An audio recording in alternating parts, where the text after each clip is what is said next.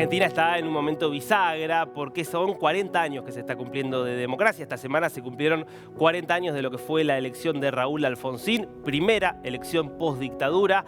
10 de diciembre se van a cumplir 40 años de que asumió Alfonsín, y en ese contexto nos damos un lujazo, que es tenerla a Camila Perochena como invitada. Muchas gracias, Darío. Camila es historiadora, es doctora en Historia por la Universidad de Buenos Aires, además es profesora de la Universidad de Itela, columnista, comentarista habitual en canales de televisión, diarios. Bueno, la hemos tenido también la suerte de tenerla aquí en alguna entrevista. Camila, 40 años de democracia. Ahora, sabemos, vos que sos historiadora, sabés mejor que yo, las fechas siempre son arbitrarias, digamos, de cuándo empieza un proceso, cuándo termina. ¿Cuándo dirías vos que empezó, digamos, la transición hacia la democracia de la Argentina? Bueno, hay todo un debate sobre si la transición a la democracia arranca con el fin de la guerra de Malvinas o, como dicen algunas historiadoras como Marina Franco, empezó a decir, en realidad la transición arranca antes. ¿En qué sentido? Bueno, que el gobierno militar, que estuvo de 1976 a 1983, ya para 1981 sufre una crisis económica importantísima que empieza a tener descrédito en la sociedad. Para 1980 las violaciones a los derechos humanos, que habían empezado en el 76, es decir, habían empezado mucho antes, se hacen cada vez más visibles a nivel internacional. Entonces las presiones, incluso antes uno podría decir, las presiones internacionales por la cuestión de los derechos humanos arranca antes de la derrota de Malvinas. Ahora, la derrota de Malvinas es un punto de inflexión.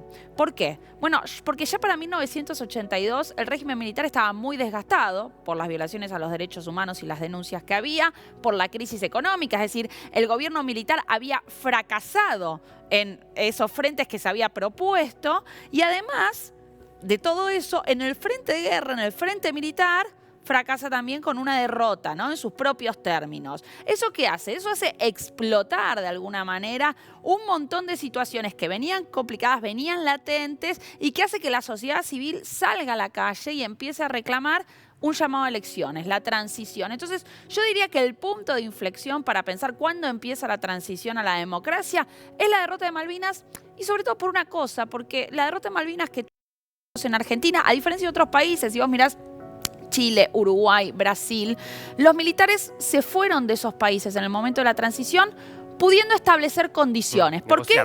Negociando. ¿Por qué? Bueno, porque no estaban tan desacreditados como los militares argentinos. Acá en Argentina hubo lo que se suele llamar una transición por colapso. Los militares no tenían ni espalda para imponer condiciones ni para manejar los tiempos de la transición. Es decir, a partir de la derrota de Malvinas son los partidos políticos que se empiezan a reorganizar los que van a imponer los términos de la transición. Entonces, eso hace que la transición argentina haya sido una transición muy diferente a la de cualquier otro país de Latinoamérica. ¿Por qué?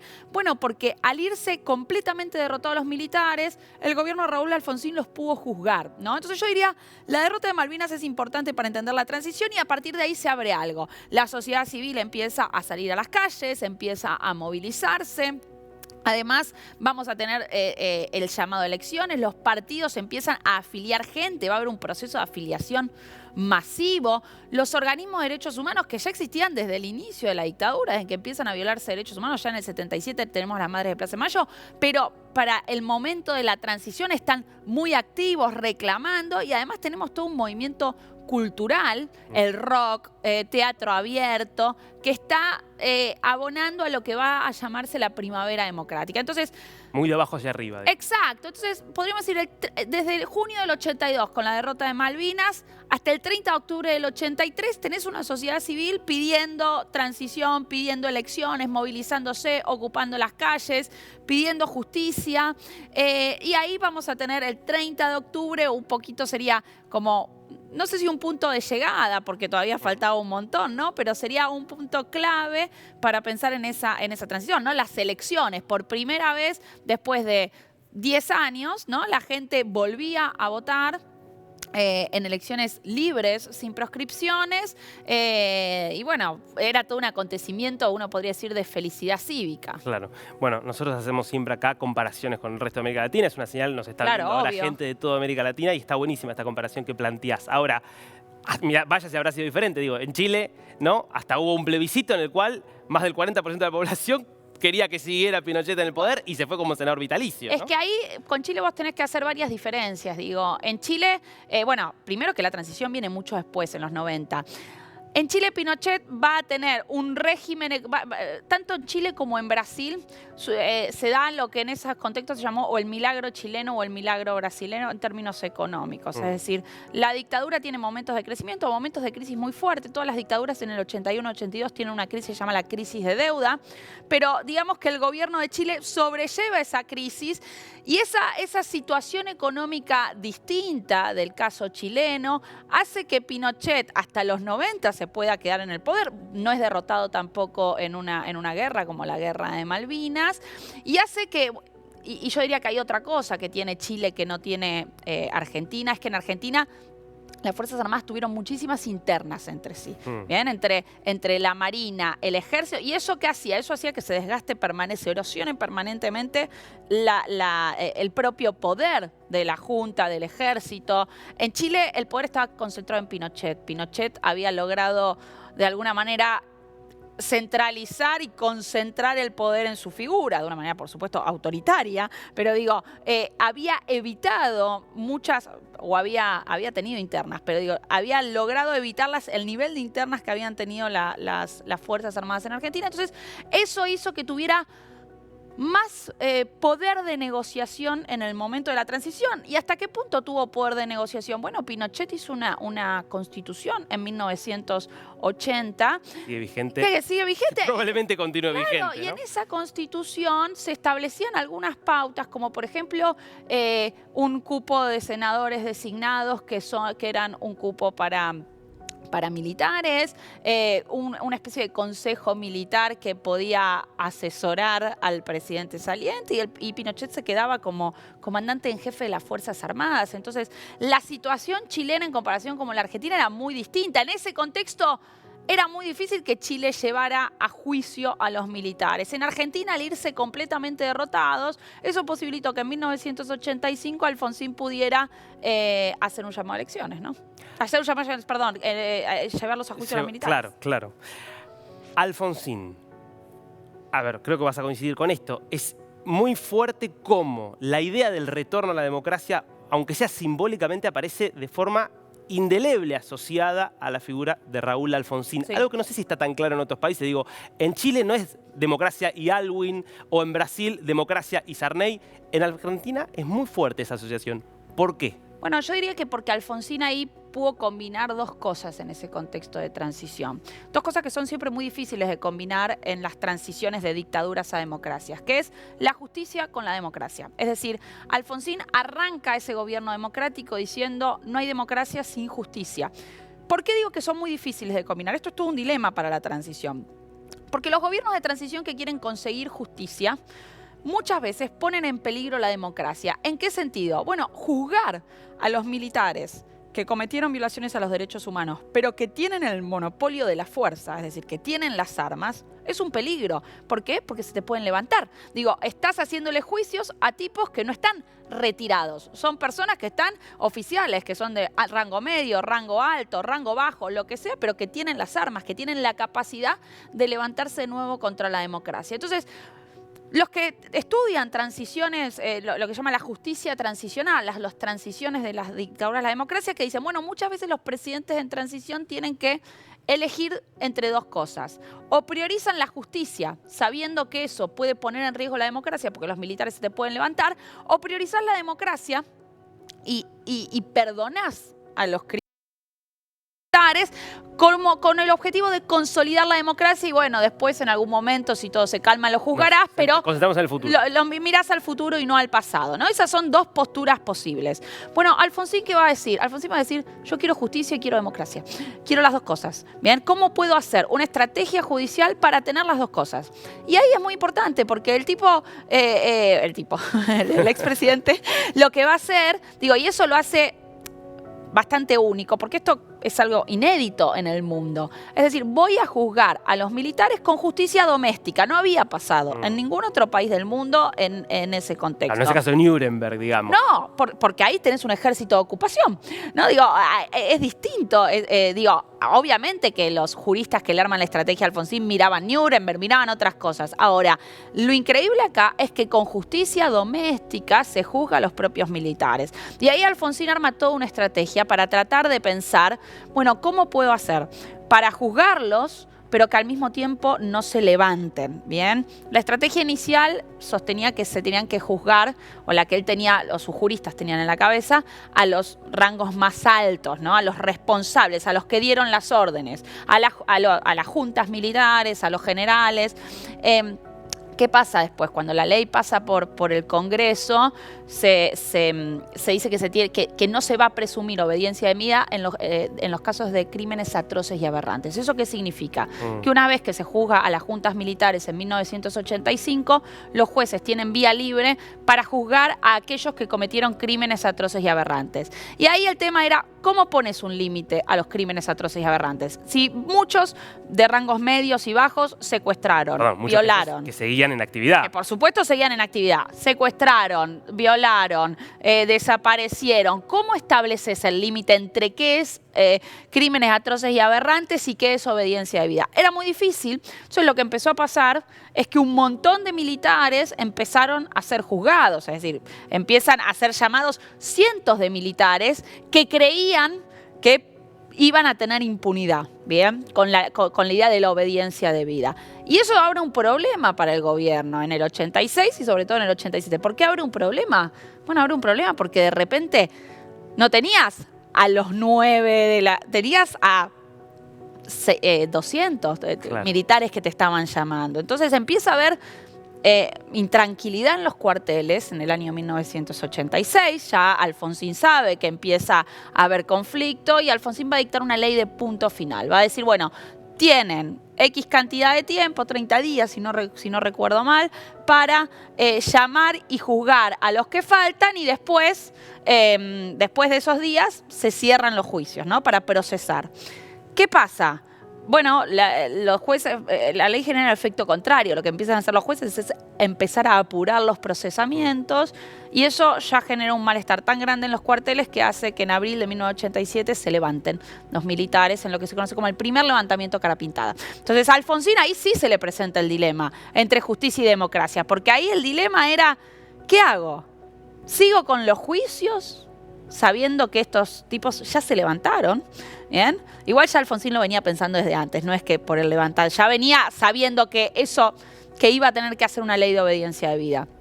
Y luego de que se levantan los militares, en lo que podría haber sido, o estaba el temor o la incertidumbre que podría haber sido un golpe, Alfonsín va a alargar la ley de obediencia de vida, que es una ley que establece que de cierto rango para abajo se presume obediencia de vida, se presume que los oficiales actuaron cumpliendo órdenes. Aún así, Alfonsín se va con un gran logro de su gobierno, que es que se va con las juntas militares en la cárcel. Es decir, bueno, no todas, pero digo, los que fueron condenados en el juicio a las juntas, para 1989 seguían presos. Inédito en toda América Latina. Inédito en toda América Latina, en cualquier otra transición que conozcamos. Por eso yo creo que Alfonsín es un poco una figura única o tan recordada, ¿no? Es una figura única y tan recordada porque es eso, porque es un presidente que logró combinar justicia con democracia en un contexto muy adverso. ¿Por qué? Porque las Fuerzas Armadas tenían poder. Juzgarlas a las Fuerzas Armadas décadas después resulta menos peligroso para la democracia que juzgarlos apenas haces la transición. Claro. Vos estuviste presentando lo que fue el documental que he producido por DirecTV, ahora Alfonsín, que a 40 años justamente de democracia busca de vuelta traer parte de esas voces. Obviamente es mucho lo que se ha producido, generado en términos audiovisuales, y hablar a nivel de historiografía y demás en estos 40 años. ¿Qué te parece que aportó ese documental a la discusión? Bueno, varias cosas. En principio es un documental que tiene voces de protagonistas muy variadas, diversas y que además está muy bien editado en cómo cuenta la historia. Entonces, es un documental que se mantiene todo el tiempo muy dinámico. Pero lo que a mí como historiadora, que he leído y visto muchas cosas sobre los años 80, lo que más me gustó, pero eso ya es más personal, es que tiene muchísimo material de archivo audiovisual inédito que yo no había visto nunca en mi vida. Es decir, muchísimo material de archivo audiovisual que me acuerdo que le decía a los productores, ¿de dónde sacaron esto? Porque, no sé, yo me la paso buceando en YouTube y mirando cosas y buscando cosas, pero ahí había cosas que no conocía, que no había visto en mi vida sobre los años 80. Entonces, yo diría que es una combinación, ¿no? De las voces que participan, gente muy cercana a Alfonsín, gente que estuvo en la primera línea, y de todo tipo. Digo, está desde funcionarios del gobierno de Alfonsín hasta Aldo Rico, ¿no? Uno de los militares que se levanta en el 87, ¿no? Donde, y Madres de Plaza de Mayo, Organismo de Derechos Humanos, digo, tenés de todo tipo de testimonios, pero además muchísimo material audiovisual desconocido. Siguiendo con esta comparación de transiciones, esto del colapso en el caso argentino, con estas características de las condenas, ¿cuánto influyó eso en la forma en la que se desarrollaron los primeros años de la democracia en la Argentina y haciendo, digamos, la comparación con lo que por ahí fue Chile, Uruguay, Brasil? Bueno, a ver, tanto en Chile como en Brasil como en Uruguay, en principio no se va a poder juzgar a los militares en el momento de la transición. Digo, los militares van a seguir teniendo... Hay como, podríamos ponerlo planteado en dos formas inversas. Lo que empieza en Argentina en los 80 es un proceso de control civil sobre las Fuerzas Armadas. Lo que va a pasar en Chile y en Brasil, por ejemplo, después de las transiciones, es que las Fuerzas Armadas no pueden someterse todavía a control civil y que las Fuerzas Armadas tienen muchísima capacidad de presión, no solamente para que no se les haga juicio, sino incluso para pedir aumentos de salarios, digo, para hacer pedidos que están mucho más allá de la impunidad, ¿no? Sino que son pedidos que se relacionan con sus propios derechos corporativos o los que consideran sus derechos corporativos, ¿no? Entonces, vos ahí lo que tenés en Brasil, en Chile, es, por un lado, eso, ¿no? Yo diría una dificultad para poner controles civiles sobre las Fuerzas Armadas. Pero también tenés un tema de memoria distinto a Argentina. Bueno, yo no sé si es el mejor momento de Argentina en términos de memoria, pero digo, en Argentina hasta hace poco, y hoy creo que es grupos minoritarios, resultaba impensable la reivindicación de... no solo la reivindicación de la dictadura, la justificación de lo que se había cometido en la dictadura. Había un consenso que se le puede llamar el consenso de nunca más, que se inaugura con Alfonsín, que es el consenso de que lo que sucedió entre el 76 y el 83 es terrorismo de Estado y no una guerra, como los militares lo quisieron hacer pasar en los juicios. ¿Qué decían los militares? Eso era una guerra y algunos cometieron excesos. Bueno, no, lo que dice y lo que establece el juicio a las juntas y de ahí en más el nunca más es: esto fue terror sistemático, desaparición sistemática de personas, no fueron excesos, no fue una guerra. Bien. Entonces, eso era un consenso en Argentina. Hoy algunos candidatos en Argentina cuestionan ese consenso, ¿no? Digo, es el caso de Milei, que lo dice abiertamente, y su vicepresidenta Villarroel, que hablan de guerra y de excesos. Pero yo diría que en la sociedad civil hay cierto consenso mayoritario, que es el consenso de los 80, ¿no? Que es el de eso es terrorismo de Estado. Si uno va a Brasil, si uno va a Chile, es más difícil encontrar un consenso tan amplio crítico hacia las propias dictaduras, ¿no? En Chile tenés sectores bastante amplios que reivindican lo sucedido durante la dictadura. Están armando la Constitución nueva, el Partido Republicano de José Antonio Kast. Bueno, digo, no solamente desde lo partidario, desde lo social. Yo recuerdo, esto simplemente es una anécdota, ¿no? Pero digo, recuerdo hace unos años que fui a Chile y me tomo un colectivo para ir al Museo de la Memoria y le pregunto al chofer, me deja en el Museo de la Memoria y me dice, querrás decir el Museo de la Mentira, nena. Como enojado, como diciéndome, digo, y eso es bastante difícil que te pase en Argentina. Y esas distintas memorias que se construyeron en Argentina, en Brasil, en Chile, digo en Brasil, donde tuviste un presidente que reivindicaba lo sucedido durante la dictadura. Bueno, pero incluso en Uruguay tenés un Guido Manini Ríos que te plantea cuestiones que también serán difíciles a nivel totalmente. En Uruguay hubo plebiscitos para ver si llevar a juicio a los militares y en esos plebiscitos se votó no. digo, hay un consenso distinto. Entonces yo diría que la diferencia no está solo en el rol que tuvieron los militares, sino también en la memoria que se construyó después de la dictadura, ¿no? Donde acá, y ahí Alfonsín tiene un rol central. ¿Por qué tiene un rol central? Bueno, porque Alfonsín apenas se termina la dictadura, llama la primera semana de gobierno, arma una comisión de verdad, que es la CONADEP, la Comisión Nacional por la Desaparición de Personas.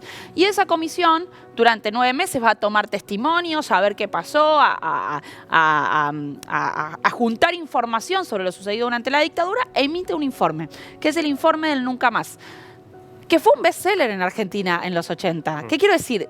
Cuando sale el Nunca Más, se vende en todos lados. Se vendía en la playa, en ese verano. Digo, la gente... Digo, un libro que contaba de forma tremenda todo lo que había pasado, pero fue clave para fundar cierto consenso en esto que decía sobre el terrorismo de Estado, ¿no? Bueno, si bien otros países latinoamericanos tuvieron comisiones de verdad posteriores, no en el momento inmediato, yo diría que la contundencia del Nunca Más hizo que tengamos una memoria tan fuerte, ¿no?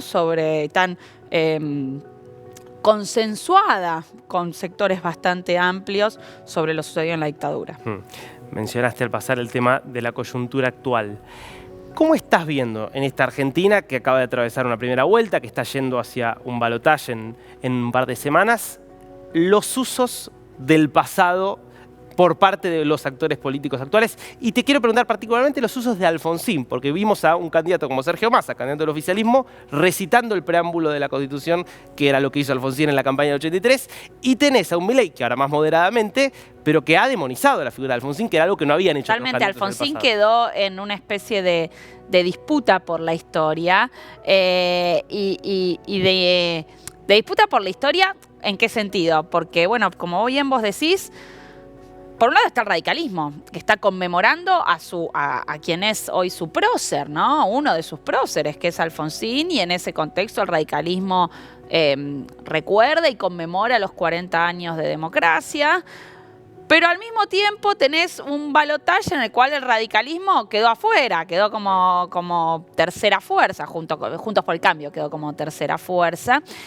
Y en este balotaje tenés dos candidatos, ¿no? En el caso de Milei, ¿cómo veo yo los usos del pasado de Milei?